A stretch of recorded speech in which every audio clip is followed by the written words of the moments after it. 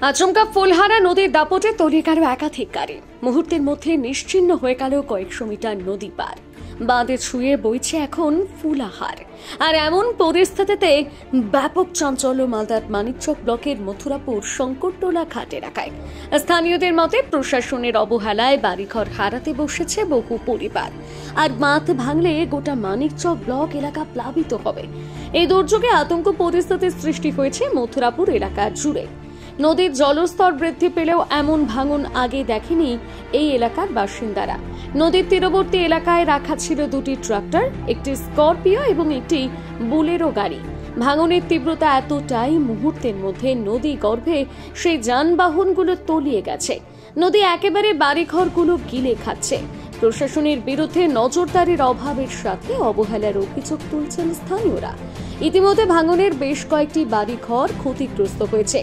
এই বিষয়ে স্থানীয় বাসিন্দারা জানান, এই ভাঙনটা একমাত্র যদি আমরা সবাই গ্রামবাসী মিলে এখন যেটা আমরা বুঝতে পেরেছি যে নতুন যেটা পিএইচি তৈরি হচ্ছে, এই নতুন পিএইচির কারণে 190% নতুন পিএইচির কারণে ভাঙন হচ্ছে। কতটা অংশ হলো হঠাৎ করে যে ভাঙন হয়েছে আমরা কেউ জানতে পারিনি, কিন্তু এই ভাঙনের উদ্দেশ্য আমাদের ছিল না, কিন্তু আজকে হঠাৎ করে এরকম পজিশনটা দাঁড়িয়ে গেছে। কি কি তলিয়েছে এখন পর্যন্ত নদীগুলো? বিশাল গাড়ি 2-4খানা ট্রাক্টর তলিয়েছে, 2-3খানা ফোর হুইলার তলিয়েছে, আরও ভুটভুটি ছিল অনেকগুলো, ওইখানে গাড়ি তলিয়ে গেছে। এটাকে আগে বুঝতে পারেননি যে ভাঙন হবে? আগে তো আমরা বুঝতে পারিনি, বুঝতে গেলে তো আমরা অবশ্যই নিজেকে সতর্কতা হয়ে যেতাম। কিন্তু আমাদের পুরো সমাজবাসীর এখানে লক্ষ লক্ষ পরিবারের আমাদের অনুরোধ আছে যে পিএইচি যেটা তৈরি হচ্ছে পিএইচিটাকে বন্ধ করা হোক, বা পিচিংয়ের কথা যেটা আগে স্যাংশন করা হয়েছিল পিচিংটা করা হোক, না হলে পিএইচিটাকে ভেঙে এটাকে সরিয়ে দেওয়া হোক। আমি পিন্টু মণ্ডল, মথুরাপুরবাসী। আমরা এখানে এসে দেখছি যে গঙ্গা ভাঙন শুরু হয়েছে। ওই গঙ্গা ভাঙনে এখানে দুটো ট্রাক্টর তলিয়ে গেছে, আর দুটো স্করপিও, পিএইচির দুটো স্করপিও রাখা ছিল এবং একটা বাইক গঙ্গা ভাঙনের সৃষ্টিতে ওর মধ্যে তলিয়ে গেছে। কখন থেকে শুরু হয়েছিল এই ভাঙন? এই ভাঙনটা প্রায় রাত্রি 2-2:30টার দিক থেকে আরম্ভ হয়েছিল। এই গাড়িগুলো কোথায় ছিল? গাড়িগুলো সামনে রাখা ছিল, এই যে দোকান আছে নদীর ধারগুলোতেই। হ্যাঁ, নদীর ধারেই। তবে দ্রুততার সাথে ভাঙন আটকাতে প্রশাসন বালির বস্তা ফেলে কাজ শুরু করেছে। পাশাপাশি ক্ষতিগ্রস্ত পরিবারগুলিকে সরিয়ে আশ্রয় দেওয়ার তোড়জোড় শুরু করেছে প্রশাসন। যে ধরনের পদক্ষেপ নেওয়া যায় সমস্তটা আপৎকালীন পরিস্থিতিতে পদক্ষেপ নেওয়া হচ্ছে বলে জানিয়েছেন মানিকচক পঞ্চায়েত সমিতির সভাপতি পিঙ্কি মণ্ডল।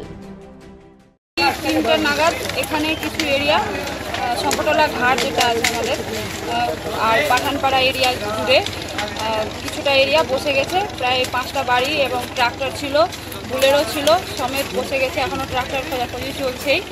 আর এখানকার মানুষেরা খুব আতঙ্কিত হয়েছে, তারা শিফট হচ্ছে। এখান থেকে সরে গিয়ে আমাদের স্কুল আছে, আমাদের হেলথ ফ্লাড শেল্টার করে ওখানে রাখা হবে, সেটা ব্যবস্থার দিকে দেখছি আমরা সমস্ত রকমের আলোচনা চালিয়ে যাচ্ছি। ডিএম স্যার থেকে শুরু করে এসডিও স্যার থেকে শুরু করে বিডিও সাহেব, আমাদের এমএলএ, আমরা সবার সঙ্গে যোগাযোগ করে কি করলে ভালো হয় মানুষের পাশে আমরা দাঁড়িয়েছি। দেখা যাক কতটা কি করা যাচ্ছে। এবং ইরিগেশন ডিপার্টমেন্ট কাজ করছে, বস্তা দিয়ে সেটা ভাঙন রক্ষা করার চেষ্টা করছে। তো আমরা এসছি, ভিজিট করলাম, দেখি কতটা কী করা যায়। প্রশাসনের অভাব বলতে এখানে আমি 2 দিন আগেও এসছি এবং দেখে গেছি, কেউ বুঝতে পারেনি যে এটা আচমকা হয়ে যাবে। আচমকাই এটা রাত 3টে নাগাদ বসে যায়। তো আমরা ভাবতে পারিনি যে এটা হবে। তো বন্যা, প্রাকৃতিক বিপর্যয় আমরা সবাই জানি, এটা হয়ে গেছে যখন আমরা তো এটাতে কিছু বলতে পারবো না। তো দেখা যাক প্রশাসনে আমরা। আর পাশে পিএইচি আছে, পিএইচি একটা কাজ চলছে, ওখানে আমি নিজে গিয়ে দাঁড়িয়ে দেখলাম যে কি সিচুয়েশন।